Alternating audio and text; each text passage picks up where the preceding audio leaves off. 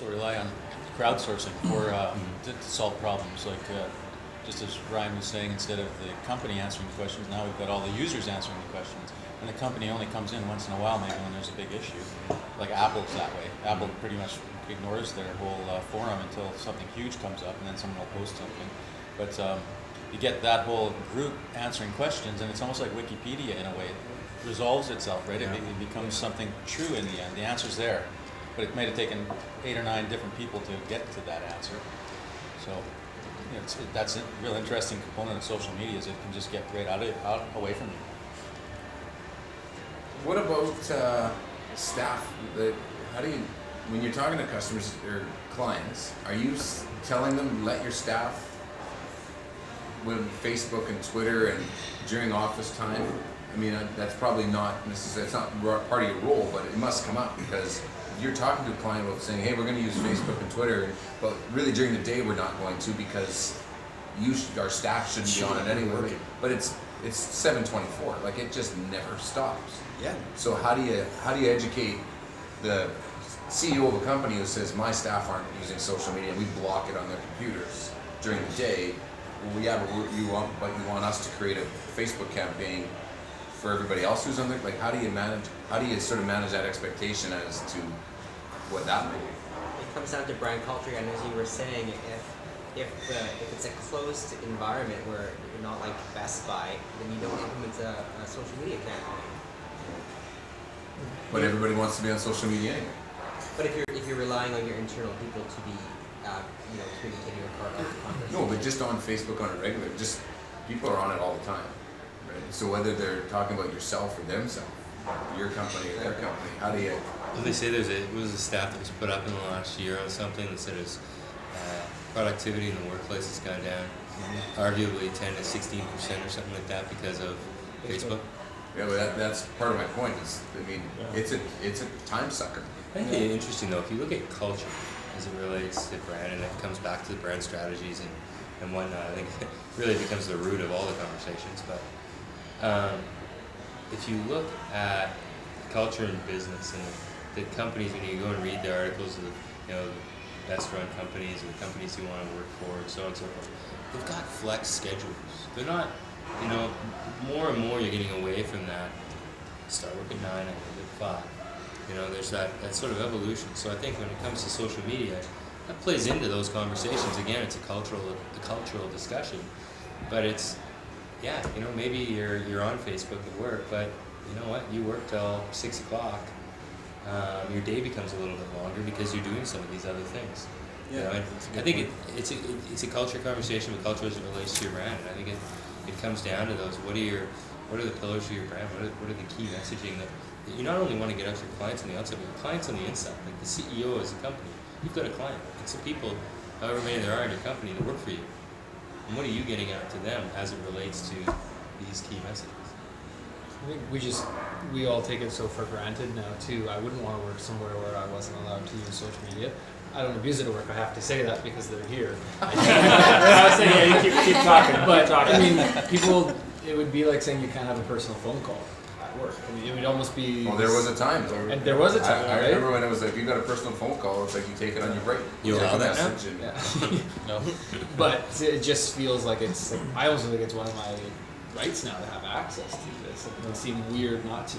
Granted, we're a small company. It's pretty easy to tell people are working hard or not. I think it's a different scenario. In terms of what the amount of work that gets done in a given period of time, I don't think that the expectation has really changed all that much. If you can accomplish this amount within this at this level within this time period, if you've got time to be on Facebook, knock yourself out. Right. So more of a results-based thing. Yeah, I think work culture is totally changing. Yeah. I'm starting to see it. We hear first in our industry, but. Yeah. Well, and I'm going to bet that if something is going wrong on Facebook or Twitter or online somehow, it's probably, in a lot of cases, it's probably the staff that are kind of bringing it up to the CEOs to say, I was just on Facebook and we're not doing this just popped up. It's amazing how much information flows up in that sense, and if nobody's active there, you're going to miss an awful lot of stuff, and we get more information passed around the office that comes in the door that way. That's valuable information, And if there was that kind of a restriction, we'd miss an awful lot of stuff. We just had an incident last week where, I mean, I was out at a conference and I was just browsing Facebook on my phone and found something that needed a response, sent it in right away. You know, it was cool. It was really good that we were able to do that. Other than that, internally, we actually have our own internal Facebook social network, something that we use around the office just to promote that stuff, right? So people will do that, just to get those ideas flowing and different information coming in and out. Creating dialogue as opposed to stifling it. But you're right, there are companies that block the Facebook and Twitter, and we've had to work with a company where we say, okay, can you go check it out right now? Like we built this so far, they're getting something built for Facebook or whatever, go check it out. I can't, he's on the computer. There's only one computer in the building that has access, and that's maybe the VP of marketing. But you can't get in at the computer to check the proof. Everyone's locked out. Yeah. Which is really silly if you think about it. I mean, everyone's got a phone number, right? So they're going to be checking that anyway. Yeah, that's what one of my former clients does. She works somewhere where it's matted. Yeah. I have my BlackBerry. It's just a skirter, right? They can't block it. So, but is that do you see that trend breaking down quickly? Like we're large organizations, or the IT department is going to. I think it depends who's running the company, because like Ryan said, the productivity is dropping. Some of the engineers, let's say, who are running companies, or the accountants who are running companies, are probably going to say, lock it down. We don't understand that stuff anyways. You know, we don't see the opportunity there. Marketing does, and they're yelling at me, but shut it down. So it's hard to say. I think over time, though, it'll probably become ubiquitous, and you know, it'll just be everywhere, like the phone. Yeah. You know, it's got to do something, because it's so decentralized right now. Social marketing, social media. I mean, that there's just too many places to go. Like Pinterest just got all that interest recently, and so now Pinterest for companies. So now you got to figure out if you want Pinterest in your mix to get together with Google Plus and Facebook and Twitter and just go on and on and on. So there's got to be a challenge. I mean, how do you keep up to the continual?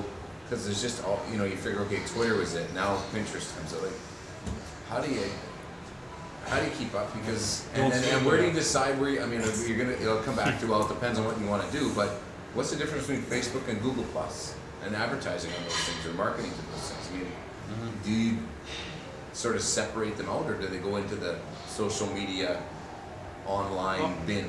That's what our clients rely on us for, to have that knowledge. I mean, the worst thing in the world is if a client comes up to you and says, hey, I heard this new thing, Pinterest, or have you heard about it? We have to be ahead of them, right? So we have to know what's coming up, and not only do we have to know what's coming up, we have to know what the uses of that are and how that could potentially benefit client A, which is different than how it could benefit client B, client C, client D, et cetera, et cetera. So a large part of our job is just keeping track of those things. It's our job to. And understanding what the audience is. Absolutely. And keeping your finger on that, because particularly as they emerge, their audience demographics change weekly. It's crazy. I mean, watching just the age demographic for Twitter go like this, you know, over the first year. It was crazy.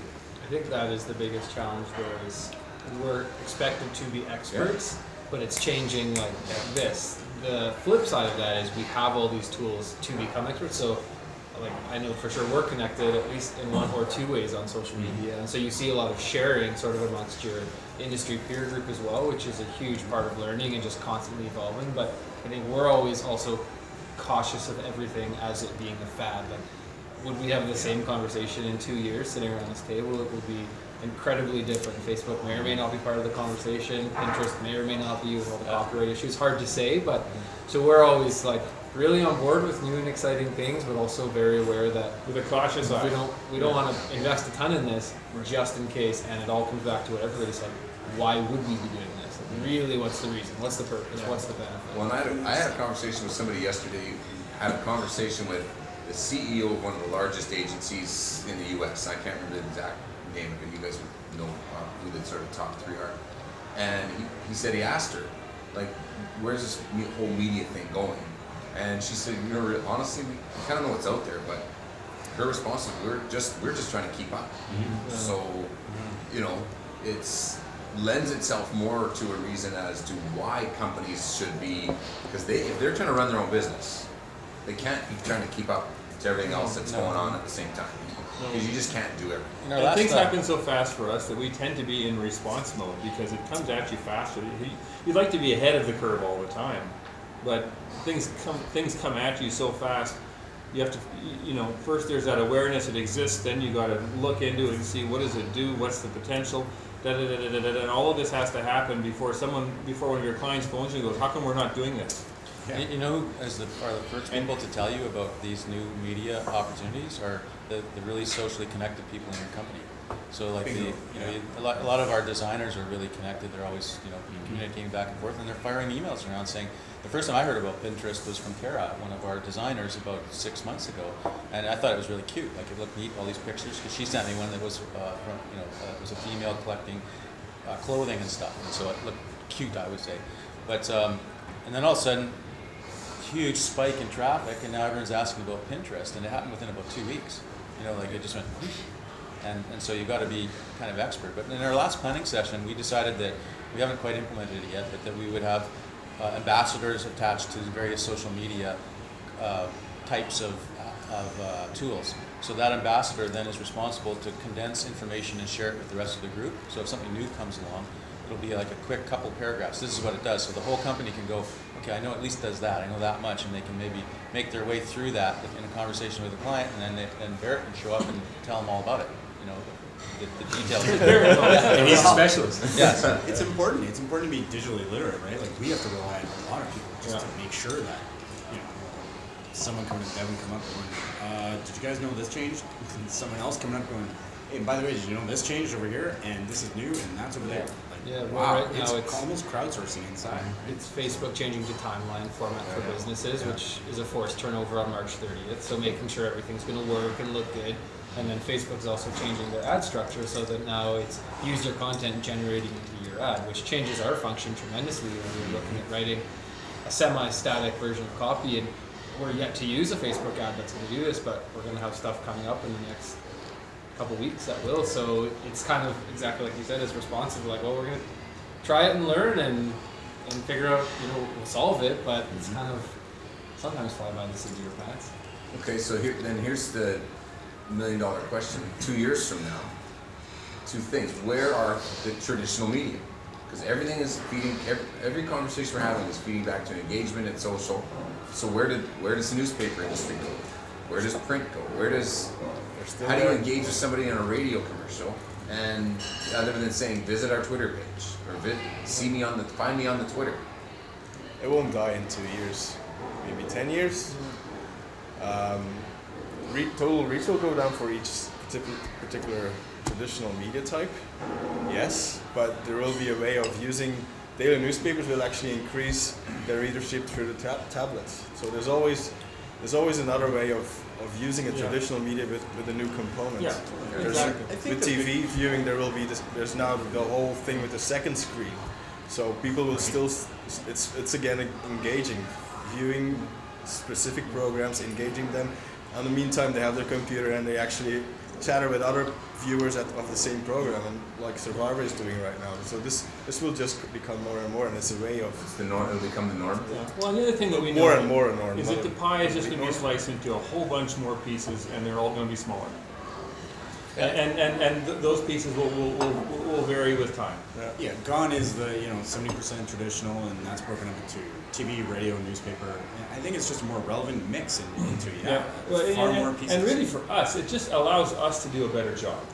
I'm fine with that pie getting cut into more and more and more pieces, because what it means for us as an industry is we can target more and more and more effectively.